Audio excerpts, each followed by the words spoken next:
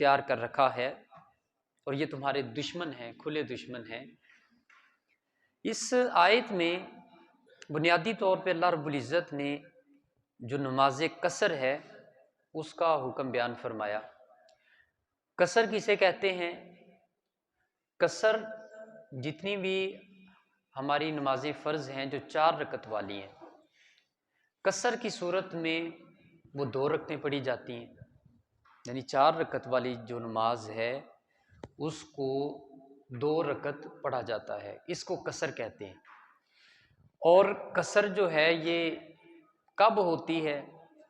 اس آیت میں تو یہ ارشاد فرمایا کہ کوئی حرج نہیں ہے اگر آپ قصر پڑھ لیں، لیکن جو طریقہ کار سنت سے ثابت ہے، حضور علیہ الصلوۃ والسلام کے عمل سے ثابت ہے اور آپ کے قول سے ثابت ہے، اس سے یہ چیز لازم ہوتی ہے کہ جب آپ سفر میں ہیں تو پھر نماز کو قصر پڑھے، قصر نماز پڑھی جائے جب آپ سفر میں ہیں۔ اب شرعی طور پہ مسافر کون ہوتا ہے؟ تو مسافر جو ہے وہ اس شخص کو سمجھا جاتا ہے شرعی طور پہ جو تقریباً 100 کلومیٹر کے قریب، 92 کلومیٹر یا 98، تو یہ تقریباً 100 کلومیٹر بن جاتا ہے، احتیاطاً 100 کلومیٹر ہم کر لیتے ہیں۔ جو 100 کلومیٹر جس نے سفر طے کرنا ہو، جب وہ گھر سے نکلے گا اور وہ اپنے علاقائی قبرستان کو چھوڑ کے اس حدود سے نکلتا ہے، یعنی جو قبرستان ہوتا ہے عام طور پہ وہ ایک حدود کے باہر ہوتا ہے، گاؤں کی یا قصبے کی، تو وہ یعنی آپ اس سے یوں اندازہ لگا سکتے ہیں کہ ایک شخص اپنے گھر سے پیدل کی مسافت تقریباً کوئی 15 سے 20 منٹ، جب گھر سے پیدل کی مسافت پہ اتنا دور نکل جائے تو وہ قصر نماز پڑھے گا۔ مثلا یہاں سے اب کسی نے اکاڑا جانا ہے تقریباً جو 100 کلومیٹر ہے، تو وہ یہاں سے نکل کے یہ محلن وال نماز پڑھتا ہے تو وہ قصر پڑھے گا، یعنی وہ مسافر جو ہے وہ شمار ہونا شروع ہو گیا جب اس نے اتنے سفر کا ارادہ کر لیا ہے۔ اور وہاں پہ اس نے اگر 15 دن سے کم رہنا ہے تو وہاں بھی وہ قصر ہی پڑے گا، یعنی جب تنہا پڑھ رہا ہوگا تو ظہر کے، عصر کے اور عشاء کے جو 4 فرض ہیں یہ 2 فرض پڑے گا، اور اگر اسے جماعت مل جاتی ہے، وہ جماعت میں شامل ہوتا ہے تو پھر وہ پوری نماز پڑھ لے، 4 رکھتے ہی اگر وہ جماعت میں شامل ہو رہا ہے۔ تو یہ جو آیہ کریمہ میں نے پڑھی ہے اس کا شان نزول بھی اگلی آیت کے بعد میں بیان کرتا ہوں۔ ان خفتم ان یفتنکم الذین کفروا، اگر تمہیں خدشہ ہو کہ کافر تم پر حملہ کریں گے، ان الکافرین کانوا لکم عدوا مبینا، بے شک کافر تمہارے کھلے دشمن ہیں۔ وَإِذَا كُنْتَ فِيهِمْ فَأَقَمْتَ لَهُمُ الصَّلَاةَ فَلْتَقُمْ طَائِفَةٌ مِّنْهُمْ مَعَكَ وَلْيَأْخُذُوا أَسْلِحَتَهُمْ، اور اے رسول مکرم صلی اللہ علیہ وسلم، جب آپ ان مسلمانوں کے درمیان ہوں اور آپ حالت جنگ میں نماز کے لیے کھڑے ہوں تو مسلمانوں کی ایک جماعت کو آپ کے ساتھ نماز پڑھے، ایک جماعت جو ہے وہ آپ کے ساتھ آ کے شامل ہو جائے، وہ اسلحتہم، اور وہ اسلحے سے اپنے آپ کو مسلح رکھیں۔ فَإِذَا سَجَدُوا فَلْيَكُونُوا مِنْ وَرَائِكُمْ، اور جب وہ سجدہ کر لیں تو پیچھے چلے جائیں۔ وَلْتَأْتِ طَائِفَةٌ أُخْرَىٰ لَمْ يُصَلُّوا فَلْيُصَلُّوا مَعَكَ وَلْيَأْخُذُوا حِذْرَهُمْ وَأَسْلِحَتَهُمْ، اور مسلمانوں کی دوسری جماعت جس نے نماز نہیں پڑھی تھی وہ آ کر آپ کے ساتھ دوسری رکعت نماز پڑھے، اور یہ بھی اپنے اسلحہ کو اپنے ساتھ رکھیں اور مسلح رہیں۔ وَدَّ الَّذِينَ كَفَرُوا لَوْ تَغْفُلُونَ عَنْ أَسْلِحَتِكُمْ وَأَمْتِعَتِكُمْ فَيَمِيلُونَ عَلَيْكُمْ مَيْلَةً وَاحِدَةً، کافر یہ چاہتے ہیں کہ اگر تم اپنے اسلحہ اور ساز و سامان سے غافل ہو جاؤ تو وہ یک بارگی ٹوٹ کر آپ پر حملہ کر دیں۔ وَلَا جُنَاحَ عَلَيْكُمْ إِن كَانَ بِكُمْ أَذًى مِّن مَّطَرٍ أَوْ كُنتُم مَّرْضَىٰ أَن تَضَعُوا أَسْلِحَتَكُمْ، اور اس میں کوئی حرج نہیں اگر آپ بارش یا بیماری کی وجہ سے اپنے ہتھیار اتار کر رکھ دیں اور ضروری سامان ساتھ رکھیں۔ وَخُذُوا حِذْرَكُمْ، جو ضروریات زندگی کا سامان ہے وہ ساتھ رکھیں۔ ان اللہ اعد للکافرین عذاب مہینہ، بے شک اللہ نے کافروں کے لیے ذلت والا عذاب تیار کر رکھا ہے۔ اس آیت کا جو شان نزول ہے وہ یہ ہے کہ ایک غزوہ میں حضرت عبداللہ بن عمر بیان کرتے ہیں، نجد کی طرف ہم ایک غزوہ پہ گئے، جنگ میں گئے، وہاں پہ ہم ظہر کی نماز پڑھ رہے تھے، حضور علیہ الصلوۃ والسلام نے امامت شروع کروائی، صحابہ کرام پیچھے نماز پڑھنا شروع ہو گئے۔ اب جو مخالف گروہ تھا، جو مشرکین کا گروہ تھا، انہوں نے یہ پلاننگ کی کہ یہ تو بڑا خوبصورت موقع ہے جب یہ نماز پڑھ رہے ہوتے ہیں، اس وقت ان کے اوپر حملہ کیا جائے، یہ تو اپنے اللہ کے سامنے جھکے ہوئے ہیں، یہ سجدے میں جائیں اور ان کے اوپر تلواریں چلا دو۔ یہ انہوں نے پلاننگ تیار کی۔ اللہ رب العزت نے یہ آیا کریمہ نازل فرمائی اور کہا کہ اے حبیب صلی اللہ علیہ وآلہ وسلم، اب آپ نے جب عصر کی نماز پڑھنی ہے تو آپ نے اس انداز میں پڑھنا ہے، فَأَقَمْتَ لَهُمُ الصَّلَاةَ فَلْتَقُمْ طَائِفَةٌ مِّنْهُمْ مَعَكَ وَلْيَأْخُذُوا أَسْلِحَتَهُمْ، ایک گروہ آپ کے پیچھے آئے نماز پڑھنے کے لیے، ایک گروہ کھڑا رہے حفاظت کے لیے، اور جو نماز پڑھ رہے ہیں وہ بھی اپنے آپ کو اسلحے کے ساتھ مسلح رکھیں، وہ بھی اپنا ہتھیار نہ رکھیں، اتارے نہ، نماز کی حالت میں بھی میرے سامنے آئیں تو ان کے جسموں کے اوپر ہتھیار سجے ہوئے ہوں، ہتھیار سے مزین ہو، اور جب یہ ایک رکعت پڑھ لیں تو پھر یہ چلے جائیں، پھر دوسرے لوگ آ جائیں، جنہوں نے نہیں پڑھی یہ حفاظت کریں، اور دوسرا گروپ آپ کے پیچھے نماز پڑھے، اور وہ بھی خود کو اپنے اسلحے کے ساتھ مزین رکھے، اور اس طرح نماز جو ہے وہ پڑھی جائے۔ اب آپ نے نماز جو ہے وہ پوری صحابہ کرام کی جماعت نہیں کروانی، یعنی جب بھی لڑائی میں نماز کا وقت ہوتا تھا تو یہ معمول میں شامل تھا، آ گیا عین لڑائی میں اگر وقت نماز، قبلہ رو ہو کر زمین بوس ہوئی قوم حجاز، ایک ہی صف میں کھڑے ہو گئے محمود و ایاز، نہ کوئی بندہ رہا نہ بندہ نواز۔ تو عین لڑائی میں بھی وقت نماز آتا تھا تو وہ سر بسجود ہوتے تھے، تو انہیں کہا کہ یہ کہیں کمزوری نہ بن جائے، تو اب آپ حفاظتی اقدامات اپنا لیں، جو نماز میں آ بھی رہے ہیں وہ بھی مسلح رہیں، ہتھیار ان کے پاس ہونے چاہیے، اور ایک گروہ جو ہے وہ حفاظت کے لیے بھی مامور رہے۔ فَإِذَا قَضَيْتُمُ الصَّلَاةَ فَاذْكُرُوا اللَّهَ قِيَامًا وَقُعُودًا وَعَلَىٰ جُنُوبِكُمْ، پس جب تم نماز ادا کر لو تو حالت قیام میں، یعنی کھڑے ہوئے، بیٹھے ہوئے اور پہلو کے بل اللہ کا ذکر کرو۔ نماز پڑھنے کے بعد ذکر کا حکم دیا ہے، اور اگرچہ یہ فرض کے حکم میں نہیں ہے لیکن ایک لازم حکم ہے کہ نماز کے بعد ذکر کرنا۔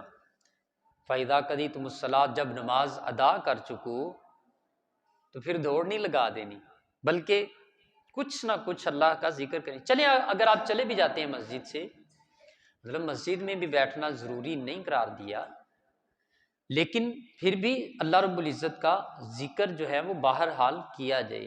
ایک صحابی رسول مسجد میں آئے اور انہوں نے نماز پڑھی اور نکلنے لگے، ان کے لیے ارشاد ہوا کہ نماز کو دہراؤ، دوبارہ پڑھو، تو دوبارہ پڑھی تو پھر جانے لگے، تو پھر فرمایا کہ آپ دوبارہ پڑھو، تیسری دفعہ پھر پڑھی تو پھر حکم دیا کہ یوں نماز پڑھ کے نکل نہ جاؤ، کچھ دیر اللہ کا ذکر کرو، بیٹھ کے اللہ رب العزت کا ذکر کرو۔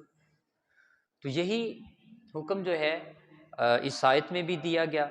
اب جو تسبیح فاطمہ ہے، جو حضرت فاطمہ رضی اللہ تعالیٰ عنہ کو حضور علیہ الصلوۃ والسلام نے بتایا کہ اے میری بیٹی، نماز کے بعد آپ نے پڑھنا ہے 33 دفعہ سبحان اللہ، 33 دفعہ الحمدللہ، اور 34 مرتبہ اللہ اکبر، اس کو تسبیح فاطمہ کہتے ہیں۔ تو فرمایا کہ یہ تمہارے لیے بہت بہتر ہے، بنسبت اس کے کہ تم نوکر رکھو۔ حضور علیہ الصلوۃ والسلام کے پاس نا غلام آئے تھے، خادم آئے تھے، کنیزیں آئی تھیں، تو حضرت فاطمہ رضی اللہ تعالیٰ عنہ آپ بھی تشریف لے گئی کہ ابا جان مجھے کنیزیں دیں 2-4، میرے کام بڑے ہوتے ہیں۔ تو آپ نے فرمایا یہ کنیزوں کی بجائے میں آپ کو ایک اور نسخہ دیتا ہوں جو اس سے بہتر ہے، وہ لینا یا کنیز لینی ہے، خادمہ لینی ہے؟ تو عرض کی ابا جان آپ جیسے مرضی کر دیں، پھر آپ وہ بتا دیں، مجھے عمل بتا دیں جو یہ کنیز لینے سے بہتر ہے۔ تو فرمایا کہ آپ اس طرح تسبیح پڑھا کرو ہر نماز کے بعد۔